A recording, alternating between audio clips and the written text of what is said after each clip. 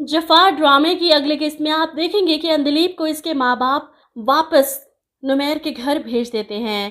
पहले इसका बाप इस पर सख्ती कर रहा था, ज़बरदस्ती इसकी शादी करवा दी और अब गिल्ट में है। वहीं इसके वापस आने से इसकी माँ परेशान थी, इसीलिए इसे प्यार से समझाती है पहले कि वो तुम्हारा घर है, तुम्हें वापस चले जाना चाहिए। लेकिन अंदलीब जब कहती है कि इन्होंने खुद मुझे वापस भेजा है, मैं कैसे वहाँ जा सकती हूँ और आज नुमैर भी मुझे तलाक भेज देंगे। ये सुनकर तो इसकी माँ परेशान हो जाती हैं।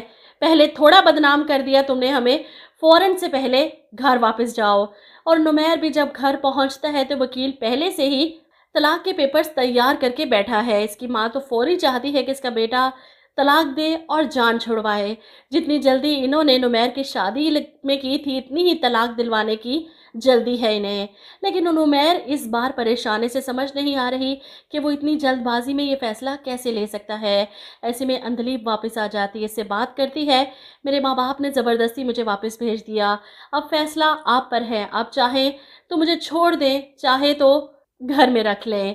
वो अपने आप को बिल्कुल ज़ीरो कर चुकी है, इसकी कोई मर्ज़ी नहीं और किसी चीज़ में ज़िद करके अपनी बात मनवाने वाली अंदलीब शायद गोलियां खाने से मर चुकी है। अब जो अंदलीब शर्मिंदगी में डूबी, अपनी बेवकूफ़ी के हाथों शिकस्त खाने वाली, सर झुकाए सामने खड़ी है।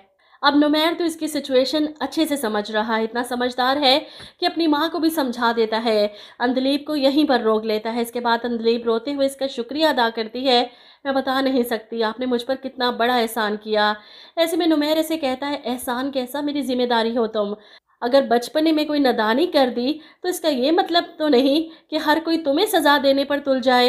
इसकी तरफ दोस्ती का हाथ बढ़ाता है फ्रेंड्स। बदले में अंदलीब हाथ आगे बढ़ाती है रोते हुए। ऐसे में नुमैर कहता है, यूं रोनी शक्ल बनाकर दोस्ती करोगी, अगर तुम इस तरह रोगी तो मैं हाथ नहीं मिलाऊंगा, तुमसे बात भी नहीं करूंगा, बहुत हो गया, रोना धोना बंद करो। जिस पर अंदलीब मुस्कुराते हुए अपने आंसू साफ करती है और नुमैर से हाथ मिलाती है। अब ये दोस्ती मोहब्बत में भी बदल जाएगी बहुत जल्द। इनकी कहानी तो हो गई शुरू। वहीं डॉक्टर ज़ारा और हसन की कहानी में आ चुका है वो मोड़ जहां हसन का गुस्सा, इसकी नाराज़गी ज़ारा को परेशान करती है। वो सारी रात नहीं सो सकी कि हसन ने इस पर इतना ज़्यादा गुस्सा क्यों किया।